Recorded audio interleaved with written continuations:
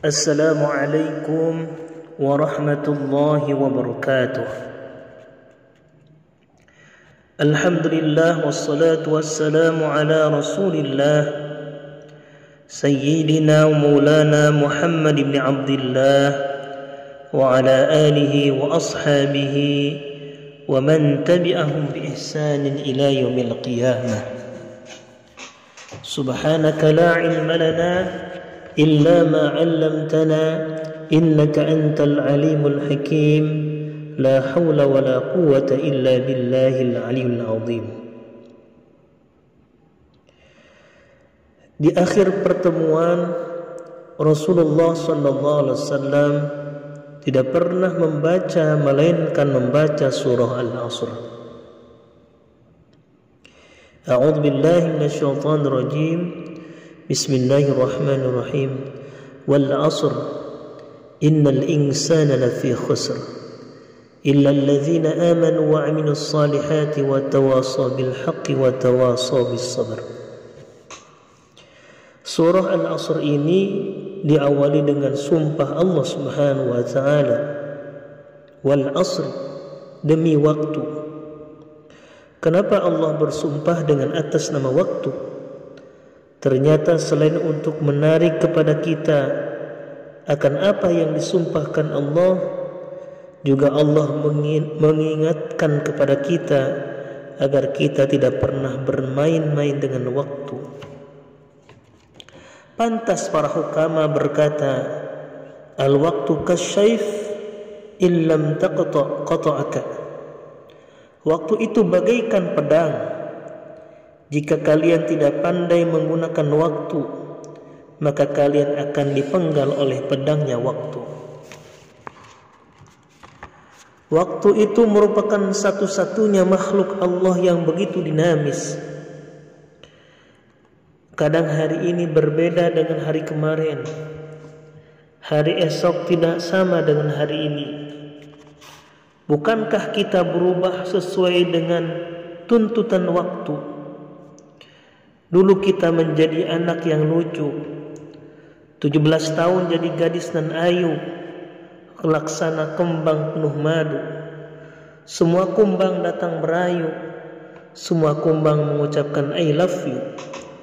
Akan tetapi 71 tahun ke atas, gigi tinggal satu, pandangan sudah sayu, hidung sering kena penyakit flu. Jangankan kumbang datang merayu, pendamping hidup kadang bilang entar dulu. Maka pantas Rasulullah SAW berpesan, Igtanim khamsan qabla khamsin. Manfaatkan 5 kesempatan sebelum datang 5 kesempitan. Masa mudamu sebelum datang masa tuamu. Masa sehatmu sebelum datang masa sakitmu. Masa kayamu sebelum datang masa fakirmu, masa senggangmu sebelum datang masa sempitmu, dan masa hidupmu sebelum datang masa matimu. Bagaimana supaya tidak merugi ketika kita mengisi waktu? Allah Subhanahu wa taala memberikan pedoman agar kita tidak rugi ketika mengisi waktu.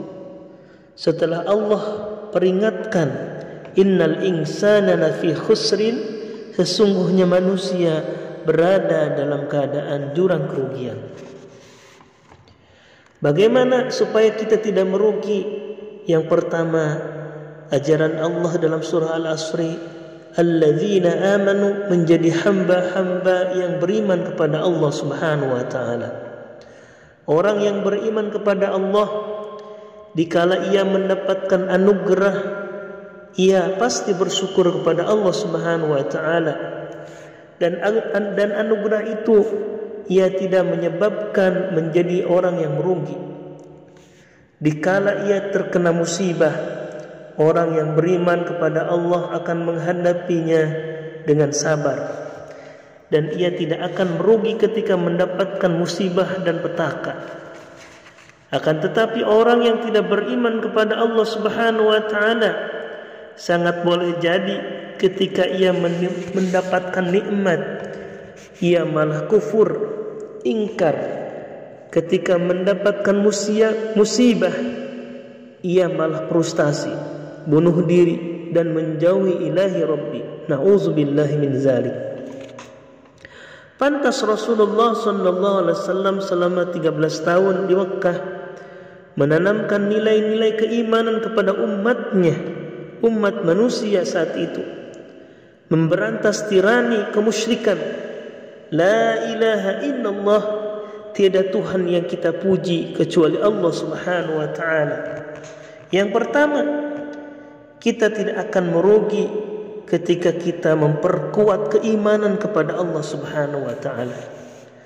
Kemudian Nabi mengingatkan kita kepada kita, al-imanu yazidu wa yanqusu. Iman itu bersifat fluktuatif, kadang berkurang, kadang bertambah. Yazidu bil mudzakarah, iman bisa bertambah manakala kita mudzakarah. Iman bertambah ketika kita berada di majelis ta'lim. Tapi iman berkurang ketika kita berada di majelis ta'lazim. Iman bertambah ketika kita berguru kepada al-mukarram. Sedangkan iman berkurang ketika kita dekat dengan al-mugarram. Kadang-kadang kita menjadi hamba Allah yang saleh, tapi kadang-kadang kita menjadi hamba Allah yang taleh. Ini sifat iman yang bersifat fluktuatif, yang harus kita bina, pelihara, dan kemudian kita jaga, kita rawat iman tersebut dengan sebaik mungkin. Kita maksimalkan dengan kajian-kajian keagamaan yang baik seperti kesempatan pada hari ini. Yang kedua, supaya kita tidak merugi dalam mengisi waktu, wa aminus salihat, beramal saleh, punya karya yang nyata, punya kualitas kerja, punya produktivitas kerja, karena iman pada hakikatnya diwujudkan dengan amal yang nyata, atau lebih disebut konsep amal saleh. Islam tidak mengajarkan dengan alasan iman duduk termenung berpangku tangan. Islam tidak mengajarkan dengan alasan iman kemudian tidak peduli dengan kehidupan nyata. Islam tidak mengajarkan dengan atas nama iman kita memiliki produktivitas kerja.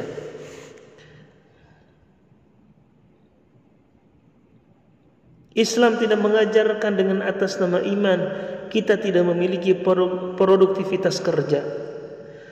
Suatu riwayat diceritakan pada zaman Khalifah Umar bin Khattab. Ketika itu ada seorang pemuda duduk termenung, berpangku tangan, memohon rizki kehadirat Allah tanpa berusaha dan bekerja. Didekati oleh Khalifah Umar bin Khattab dengan merah muka padam.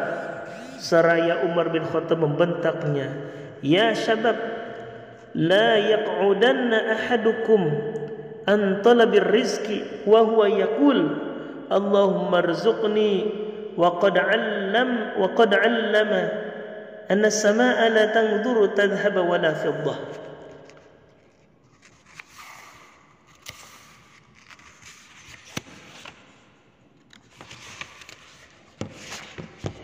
Hadirin kaum muslimin yang dimuliakan Allah Subhanahu wa taala. Artinya, wahai pemuda, tidak pantas kau duduk termenung berpangku tangan memohon rezeki kepada Allah tanpa berusaha dan bekerja, padahal engkau tahu langit tidak akan menghujamkan emas dan tidak akan menghujamkan dirham tanpa berusaha dan bekerja. Ini menunjukkan bahwa konsep iman dan amal soleh itu bagaikan sebuah keping yang tidak terpisahkan. Hilang yang satu menandakan tidak bernilai yang sebelahnya. Bukankah Rasulullah SAW pernah bersabda bahwa karakteristik mukmin yang sejati, yang sesungguhnya adalah ruhbanun fil lail wa fursanun bin nahar. Jikalau malam bagaikan rahib-rahib, tapi ketika siang fajar menyingsing, bersimbah keluh, berpeluh keringat, mencurahkan segenap potensi untuk bekerja, berusaha dan berkarya. Rasulullah sallallahu alaihi wasallam saja dikala usia masih senja, beliau menjadi peternak.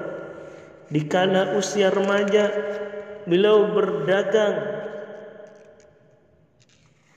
Dikala usia dewasa, menikah dengan saudagar kaya raya.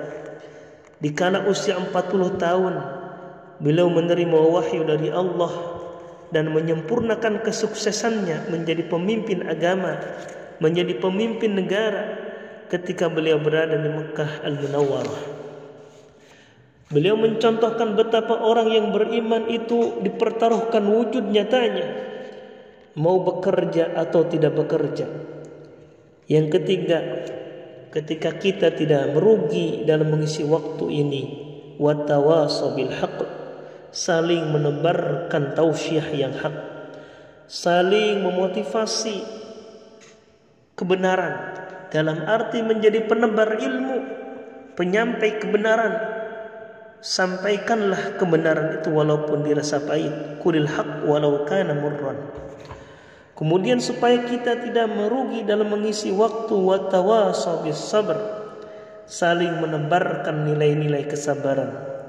Pentingnya nilai-nilai kesabaran ini sampai-sampai dalam konsep barat ditemukan 80% orang yang sukses bukan karena kecerdasan intelektualnya, bukan karena kecermelangan intelektualitasnya, akan tetapi mereka yang memiliki kecerdasan emosional, dan kecerdasan emosional itu memiliki nilai kesamaan dengan konsep kesabaran yang diperkenalkan dengan ajaran Islam. Lebih dari itu, Islam mengajarkan sedikitnya ada 3 ranah kesabaran. Yang pertama, as-sabru bit-tha'ah, sabar ketika melaksanakan ketaatan kepada Allah, ketika menegakkan kebaikan, ketika menyebarkan ilmu, ketika mentaati segala peraturan daripada Allah Subhanahu wa taala. Di situ membutuhkan mentalitas sabar, karena kalau tidak sabar, berjalan di atas kebaikan bagaikan berjalan di atas duri yang penuh dengan tantangan dan rintangan. Disitulah kita perlu kesabaran. Maka bagi adik-adik yang lagi mencari ilmu, mengejar cita-cita dalam melangkah menuju kebaikan, itu perlu ditopang dengan ruh kesabaran yang kuat. Sabar ketika taat.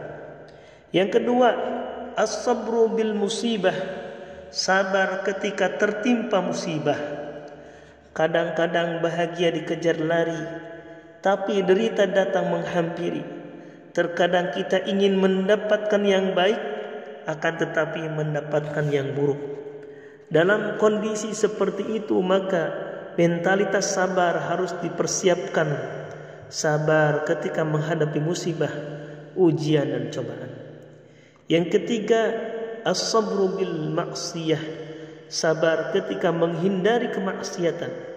Karena maksiat itu begitu menggoda dengan berbagai romantika yang menggiurkan.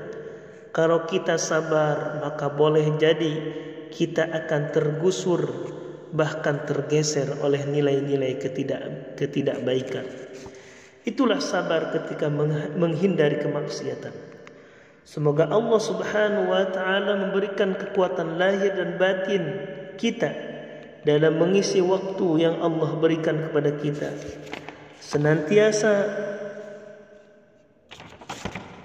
Senantiasa kita menjadi pribadi yang beriman, pribadi yang selalu beramal saleh, mampu menebarkan nilai-nilai yang hak, mampu menebarkan nilai-nilai kesabaran, sehingga kita menjadi hamba-hamba Allah yang beruntung dalam mengisi waktu, bukan hamba-hamba Allah yang merugi ketika mengisi waktu. Semoga kita menjadi surah Al-Asr berjalan, yang mampu memahami, mempelajari, mengajarkan dan mendakwahkan, sehingga puncaknya mengamalkan, surah Al-Asr ini. Mudah-mudahan ada hikmah dan manfaatnya. Mohon maaf atas segala khilaf dan kesalahan. Wabillahi taufiq wal hidayah. Assalamualaikum warahmatullahi wabarakatuh.